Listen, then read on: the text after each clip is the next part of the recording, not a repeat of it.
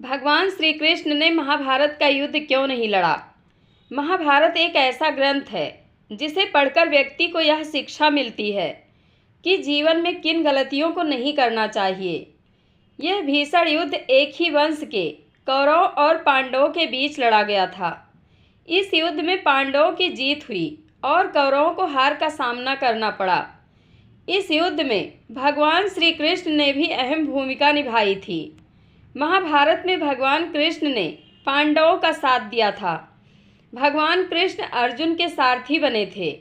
लेकिन क्या आपके मन में भी सवाल आता है कि जब भगवान कृष्ण क्षण भर में महाभारत का युद्ध समाप्त कर सकते थे तो उन्होंने युद्ध क्यों नहीं लड़ा?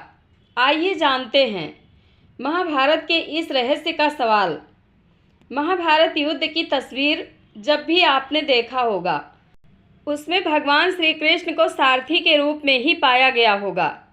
दरअसल महाभारत के महायुद्ध से पहले ही श्री कृष्ण ने कह दिया था कि वह महाभारत के महायुद्ध में शस्त्र नहीं उठाएंगे और न युद्ध करेंगे। पूरे महाभारत के दौरान कई विषम परिस्थितियां आईं, लेकिन श्री कृष्ण स्थिर चित्त बने रहे और उन्होंने अपना सुदर्शन चक्र नहीं चलाया, ना ही किसी से युद्ध किया। बस एक बार ही युद्ध के आरंभ में भीष्म की मनोदशा और इच्छा का सम्मान करने के लिए और अर्जुन को कर्तव्य का बोध कराने के लिए श्री कृष्ण ने रथ का पहिया हाथों में उठा लिया। ऐसे में अर्जुन ने श्री कृष्ण के चरण पकड़ लिए और श्री कृष्ण से रथ का पहिया रख देने के लिए कहा। सवाल उठता है कि आखिर श्री कृष्ण ने युद्ध ना करने की बात क्यों की? क्यों खुद को युद्ध से अलग रखा? क्यों वह महज पार्थ यानी अर्जुन के सारथी बनकर मार्गदर्शक बने रहे? आइए जानते हैं इस रहस्य युक्त सवाल का जवाब। महाभारत युद्ध के इस रहस्य को जानने से पहले भगवान श्री कृष्ण और अर्जुन के पूर्व जन्म को जानना होगा। पौराणिक कथाओं के अनुसार भगवान श्री कृष्ण पूर्व जन्म में नारायण थे और अर्जुन नर थे, जिन्होंने बद्रिकाश्रम यानी बद्रीनाथ में नर और नारायण पर्वत पर तपस्या की थी। नारायण और नर दोनों ही भगवान विष्णु के अंश से ही उत्पन्न हुए थे, क्योंकि उस समय सूर्य भगवान के एक असुर भक्त दंभोदभ ने सूर्यदेव की तपस्या करके उनसे 1000 कवच का वरदान मांग लिया था। इस कवच के साथ यह भी शर्त थी कि 1000 साल तपस्या के बाद ही कोई इस कवच को तोड़ सकता था और जो भी इसे तोड़ता वह स्वयं भी मर जाता।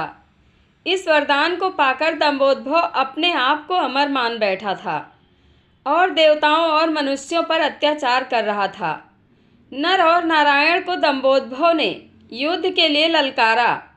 तब नारायण ने दंभोदभ से युद्ध किया और 1000 साल के युद्ध के बाद आखिर नारायण ने असुर का पहला कवच तोड़ दिया। लेकिन कवच तोड़ने के साथ वह स्वयं भी मृत्यु को प्राप्त हो गए। तब नर ने उन्हें महामृत्युंजय मंत्र से जीवित कर दिया और दंभोदभ से युद्ध करना आरंभ किया। यह युद्ध भी 1000 साल चलता रहा और नर ने असुर का दूसरा कवच तोड़ दिया। इस बीच नारायण ने 1000 साल की तपस्या पूरी कर ली और दंभोदभ से युद्ध करने लगे। इस तरह से बारी बारी युद्ध करते हुए नर नारायण ने दंभोदभ असुर के 999 कवच तोड़ डाले। जब अंतिम कवच रह गया तब वह असुर सूर्यदेव के पीछे जाकर छुप गया। सूर्यदेव ने अपनी शरण में आए भक्त को नर नारायण से बचा लिया, लेकिन खुद को नर नारायण के शाप से नहीं बचा पाए। नर नारायण ने सूर्यदेव से कहा कि आपका यह भक्त द्वापर में आपके अंश से उत्पन्न होगा और तब आपको अपने पुत्र की मृत्यु का शोक भोगना पड़ेगा। सूर्यदेव का यह असुर भक्त ही द्वापर में कर्ण हुआ, जो सूर्य के अंश से कवच कुंडल के साथ उत्पन्न हुआ था। नर ने 1000 वर्ष की तपस्या पूरी कर ली थी और दंभोदभ से अंतिम युद्ध करने की उनकी बारी थी। इसलिए नारायण ने अर्जुन से कहा था कि यह महाभारत का युद्ध तुम्हारा युद्ध है, तुम्हें ही यह युद्ध लड़ना होगा। इस युद्ध में मैं मार्गदर्शक ही हो सकता हूँ। इस युद्ध को जीतकर तुम्हें कीर्ति की प्राप्ति होगी और धरती का सुख प्राप्त होगा।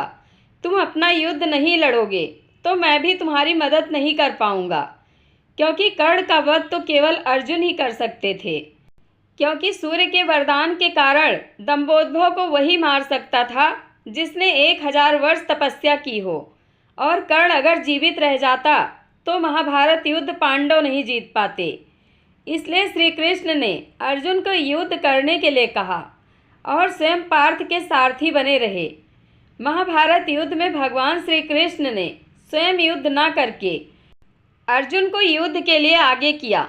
इसके पीछे एक रहस्य यह भी है कि भगवान कहते हैं, मैं तो मार्गदर्शक हो सकता हूँ, बुद्धि रूपी रथ का सारथी हो सकता हूँ, लेकिन हर व्यक्ति का जीवन में अपना अपना युद्ध होता है और जो अपना युद्ध स्वयं नहीं लड़ सकता है, भगवान भी उसकी मदद नहीं करते हैं।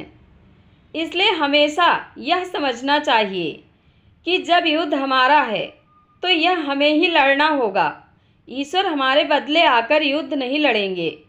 अगर सत्य की लड़ाई करेंगे तो ईश्वर सारथी बनेंगे, और अगर असत्य की ओर से युद्ध करेंगे तो वह आपके सारथी भी नहीं बनेंगे, और फिर कौरवों की तरह विनाश होना तय है।